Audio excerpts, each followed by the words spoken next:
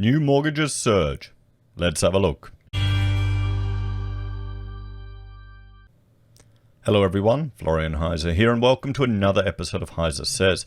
Grab your stein of coffee and let's have a look at this article from realestate.com.au, which is discussing the number of new mortgages and that they're at an all-time high.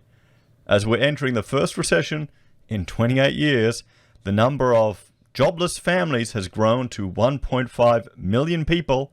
You've got bank mortgage holidays now extending up until next year. You've got businesses that can trade while insolvent until the end of the year.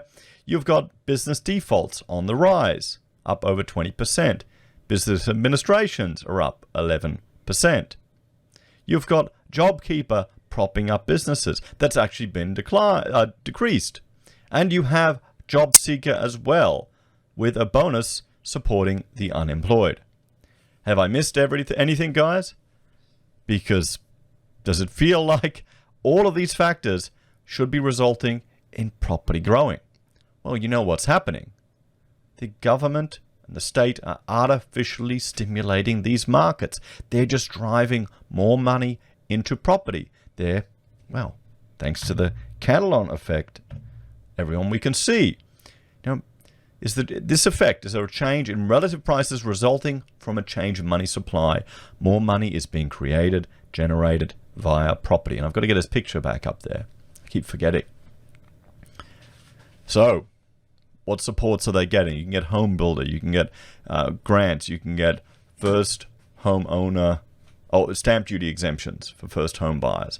And depending on what state you are in, changes how much bonus you can get. Now, sure, mortgages are at an all-time high, and they're showing us one particular property here, 1.53 in Bulimba. So Bulimba is the suburb where former Prime Minister Kevin Rudd lives. Now, I have friends who live in Bulimba, wealthy friends who live in Bulimba. It's a nice part of the city. We worked on a Lorna Jane that they were putting there, so it can just tell you the demographic that they've got there. If we look at the median price for property here in Brisbane, it's sitting at 502,000. So the example in this article is 3 times the median. It's a nice suburb. And I was actually thinking about it. It'd be nice to live there, but then you've got to realize there'd be all these pressures from just the social pressures from the people around you. To go to the best school, to put your kids in this expensive class, to do this or this or this. Without kind of homeschooling, independent lifestyle, I don't know how well it would fit in that type of community. I think we'd get quite a, well, let's just say some snobby looks at having such a large family. So consumer confidence in the housing market continues to climb, with the latest figures released by the ABS showing that new loan commitments have risen across all buyer groups, with Queensland leading the way in most instances. Well, no, when we were looking at it, the big increase was in owner-occupiers, first homeowners. Investors are down. Their share of it isn't as high. Adrian Kelly, president of the Real Estate Institute of Australia, said the ABS figures revealed a 12.6% increase in new loan commitments for owner-occupier housing in August, compared with the previous month, and a 19.3% rise for the year. That shows you how much stimulus there is. And people are thinking, well, property's going down, or it could be people are thinking, well, they're just going to keep pumping this bubble. And Brisbane appears more affordable compared to some of the other cities. I mean, quality of life here isn't too bad. We haven't been affected by the restrictions, but our international student education is going to be decimated. Tourism, which is a big part of Queensland, is going to take a huge hit. This is a $60 billion portion of our economy, guys. Coal is being closed down in, well, a $15 billion hit, everyone. And I'll bring up 2 things, the OEC and Google Earth.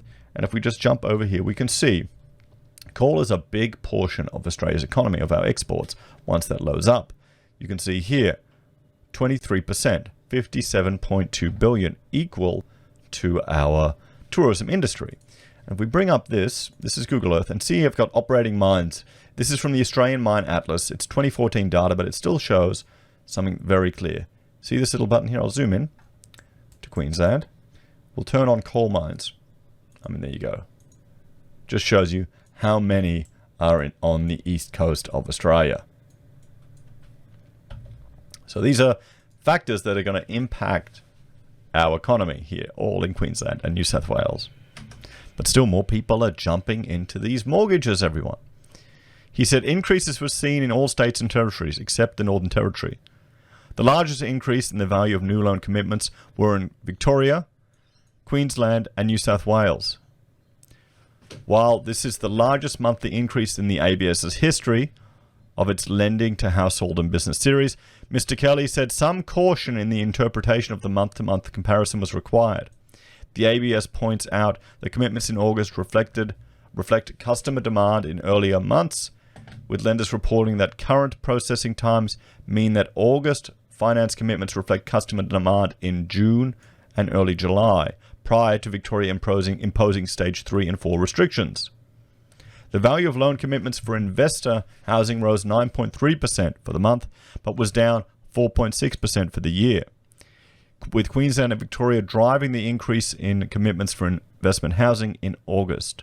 I mean, could this be, you've got a, well, there could be two arguments. I think we're seeing a K-shape economic recovery, or K-shaped economy now getting even more drastic, because you'll have people here who are not encountering any negatives at all to this economic impact, to these restrictions.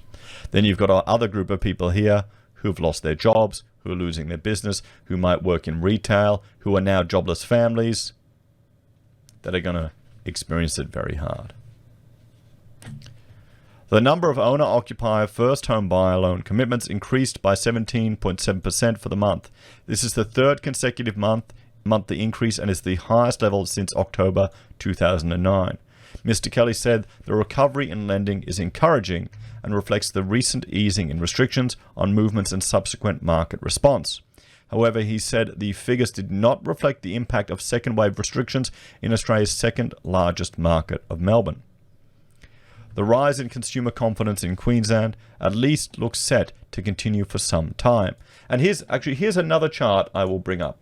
That I haven't really incorporated into my slide deck yet. This is showing the average number of days that payments are overdue by industries. Look at some of those industries that are approaching 90%, everyone. And that you can see the increase from from August to September.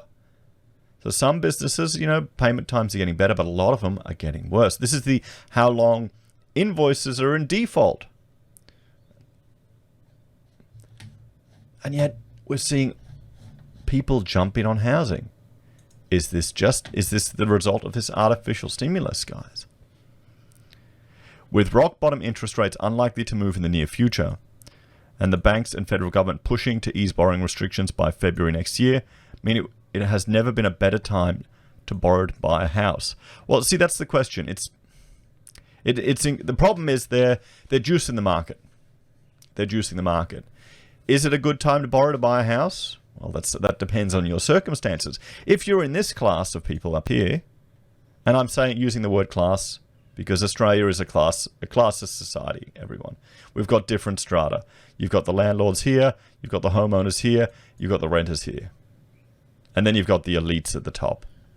Oh wait, you didn't see my little... Anyway. So, is it a good time to buy?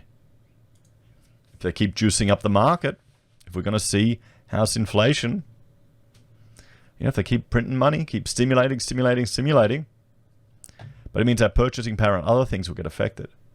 However, is this combination in an ease of borrowing and an increase in house prices setting us up for a potential financial fall? Antonia Morcarella, Chief Executive of the Real Estate Institute of Queensland, said that while a pandemic did require reform of lending legislation, finding balance was key. It was not that long ago that we had a Royal Commission into banking practices, and there were some pretty dark and damning revelations that came out of that. Remember that? It seems like that's been completely forgotten and ignored, doesn't it? As a result, we saw the pendulum swing perhaps too far in the other direction, where the banks became too tight with their lending practices.